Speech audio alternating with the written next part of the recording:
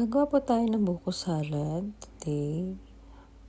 Maglalagay po muna tayo ng 6 cups of water sa isang pouch po ng gulaman. Yan.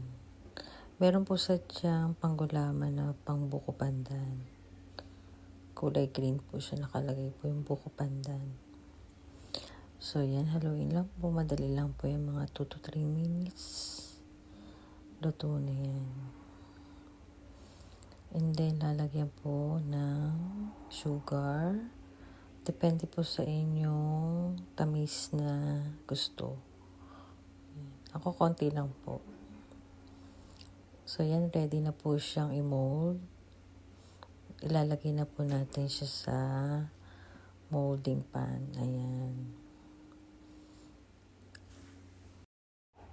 Ito na po yung nagawa natin sa 2 pouch. Ayan, 2 sobre po ng Mr. Gulaman. Ayan. So, bali 3 po. Kapag lumamig na po na tuluyan at nabuo na po yung gulaman, hiwa-hiwain na lang po ng maliliit.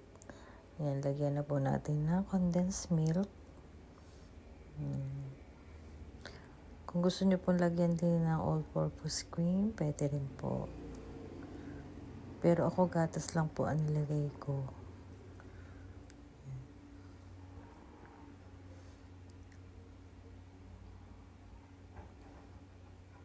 And then, lagay na po natin ang buko.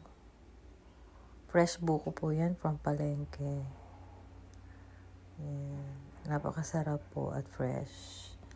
And then, lagyan nyo pa rin po uli ng condensed milk kung kailangan.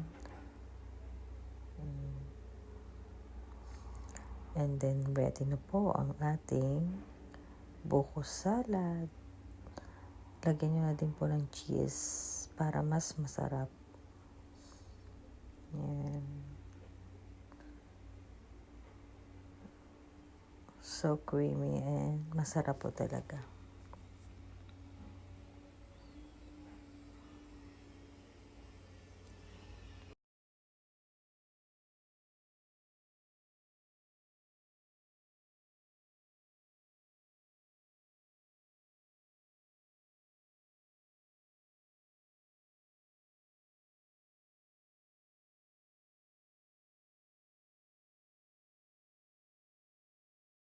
Thanks for watching, guys. Yan. Ready na po ang ating buko pandan salad.